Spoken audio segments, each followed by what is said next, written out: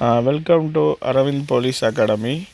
இதில் வந்து SI test batch 2024 வரலாறு அப்படின்னு எடுத்துட்டிங்கன்னா இம்பார்ட்டண்ட் டாபிக்ஸ் என்னென்ன அப்படிங்கிறது பார்த்தீங்கன்னா சிந்து சமவெளி நாகரிகம்.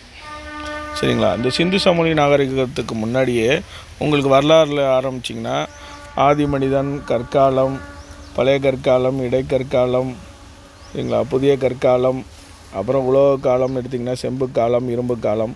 ஸோ இந்த செம்பு காலத்தில் தான் வந்து பார்த்திங்கன்னா இந்த சிந்து சமவெளி நாகரிகம் ஸ்டார்ட் ஆகுது. ஸோ டாபிக் வந்து சிந்து சமவெளி நாகரிகம் தான் நம்மளுக்கு ஃபஸ்ட்டு டாபிக். ஸோ அதை மட்டும் நம்மளுக்கு தெரிஞ்சுக்கிட்டால் போதும். அதுக்கப்புறம் வந்து பார்த்திங்கன்னா வேத காலம்.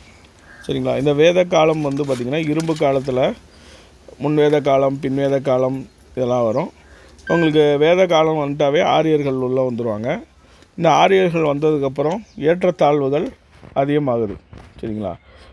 ஏற்றத்தாழ்வுகள் அதிகமாகறனால உங்களுக்கு வந்து மக்களுக்குள்ளே வந்து ஒரு புதிய பாதை, ஒரு புதிய சமயத்தை நோக்கி எல்லாம் நகர்றாங்க. ஸோ தேடல் அதிகமாகுது. அப்போ உருவாகிறது தான் இந்த சைனம், புத்தம். சரிங்களா? ஸோ இது மாதிரி சமயங்கள் வந்து உருவாகுது. அதுக்கப்புறம் நிறையா இது பரவ ஆரம்பிச்சிடுது. சைனமும் புத்தமும் நல்லா விமர்சையாக பரவுது. உங்களுக்கு வந்து அதுக்கப்புறம் சிற்றரசுகள், பேரரசுகள் பல உருவாகி போகுது. இருந்தாலும் குப்தர்கள் தான் பழைய கால இந்தியாவின் பொற்காலமாக சொல்கிறாங்க. ஏன்னு கேட்டிங்கன்னா அந்தளவுக்கு எல்லா துறைகளையும் வளர்ச்சி பெறுறது குப்தர்கள் பீரியடில் தான். ஸோ குப்தர்களுக்கு அப்புறம் வந்து பார்த்திங்கன்னா வர்த்தமான மரபுன்னு சொல்லுவாங்க, இல்லைன்னா அரச பேரரசு அப்படின்னு சொல்கிறாங்க.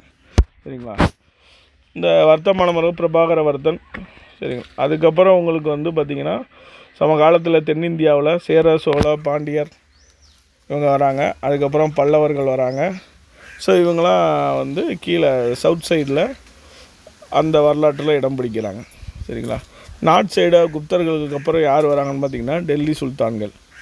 இந்த டெல்லி சுல்தான்களில் ஒரு 5 வம்சம் வருது. சரிங்களா? இந்த 5 வம்சத்தையும் முடிக்கிறதுக்கு முன்னாடியே உங்களுக்கு என்ன உருவாகுதுன்னு பார்த்திங்கன்னா டெல்லி சுல்தானில் ஒரு 5 வம்சம் இருக்குது. அதில் வந்து துக்ளக் வம்சத்தில் உங்களுக்கு வந்து விஜயநகரமும் பாமினியும் ஒரு சுதேச அரசுகளாக தனியாக வந்து பிரிஞ்சு வராங்க. சரிங்களா? இது எப்போ நடக்குதுன்னா டெல்லி சுல்தான் பீரியட்லே நடக்குது. டெல்லி சுல்தான்லேருந்து தான் இது வர்றாங்கன்னா இந்த விஜயநகரம், பாமினி இதெல்லாம் உருவாகுது. அடுத்தது அப்படியே நார்த் சைடு வரலாறு படி வந்திங்கன்னா உங்களுக்கு அடுத்தது முகலாயர்கள் வருவாங்க. சரிங்களா?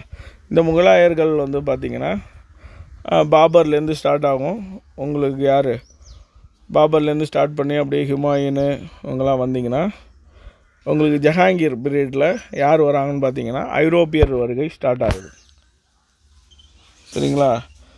ஐரோப்பியர் வருகை, ஐரோப்பியர்கள் வந்து வணிகத்துக்காக உள்ளே வராங்க. போர்ச்சுகீசியர்லேருந்து, சரிங்க, டச்சுக்காரர், ஆங்கிலேயர்கள் எல்லாமே வராங்க. அப்படியே அவுரங்கசீப். ஸோ அவுரங்கசீப் யாருன்னா முகலாயர்களில் பேரரசாக இருந்தவர். அந்த அவுரங்கசீப் பீரியடில் வளர்ச்சி அடைஞ்சவங்க தான் யாருன்னு பார்த்தீங்கன்னா இந்த மராத்தியர்கள் தக்கான பகுதியில் இருக்கிறாங்க. அவங்க வந்து ஒரு மராத்தியர் கூட்டம் வந்து ஒரு எழுச்சி பெற்று அந்த சத்ரபதி சிவாஜிலாம் ஒரு ஆளாகிற டைம் தான் இந்த அவுரங்கசீப் பீரியடு. அதுக்கப்புறம் மராத்தியர்கள் கீழே அப்படியே சவுத் சைடு வந்திங்கன்னா விஜயநகரம், பாமினி, ஐரோப்பியர் வருகை, அதுக்கப்புறம் ஆங்கிலேயர் ஆதிக்கம். சரிங்களா? ஆங்கிலேயர் ஆதிக்கம்னா என்னென்னா இந்த ஐரோப்பியர்கள் வந்து வணிகத்துக்காக வந்தவங்க நம்மளை வந்து ஆதிக்கம் செலுத்தி நம்மளை ரூல் பண்ணி ஒரு அடிமையாக வச்சுருக்காங்க. ஸோ அப்போ அங்கங்கே இருந்த சமூக சீர்திருத்தவாதிகள் வந்து அங்கங்கே ஒரு சீர்திருத்த இயக்கத்தை உருவாக்குறாங்க. சரிங்களா? அவங்களோட கோரிக்கைகளை முன்வைக்கிறாங்க. சரிங்களா? இதெல்லாம் ஆங்கிலேயருக்கு அதுக்கு சரியாக சென்றடையலை. ஸோ அதுக்காக ஒரு அமைப்பு உருவாகுது. அதுதான் இந்திய தேசிய இயக்கம். சரியா? இந்திய தேசிய இயக்கம் அதாவது ஒருமித்த குரலாக இருக்கணும் அப்படிங்கிறதுக்காக இந்திய தேசிய காங்கிரஸ் அதுக்கப்புறம் பின்னால் உருவாச்சு. சரிங்களா? ஸோ அதை பற்றி சொல்கிறது தான் இந்த இந்திய தேசிய இயக்கம். அதுக்கப்புறம் அதோட சுதந்திர போராட்டத்தில் தமிழர்களோட பங்கு என்ன அப்படிங்கிறத தெரிஞ்சுக்கிறது தான் தமிழ்நாட்டின் சுதந்திர போராட்டம் அப்படிங்கிற டாப்பிக்கு சேர்த்துருக்காங்க. அதுக்கப்புறம் உலகப்போர் 1, 2. ஸோ இதை பற்றி பேசிக்ஸு. அடுத்த நவீன இந்தியா. ஸோ இப்போ இருக்க இந்தியாவில் என்னென்ன இருக்குது, என்னென்ன வரலாற்று சிறப்புமிக்கது இருக்குது அப்படிங்கிறத தெரிஞ்சுக்கிறது தான். ஸோ இதெல்லாம் தான் உங்களுக்கு உங்களுக்கு டெஸ்ட் பேட்சில் கேட்க போகிற டாபிக்ஸ். சரிங்களா? தேங்க்யூ.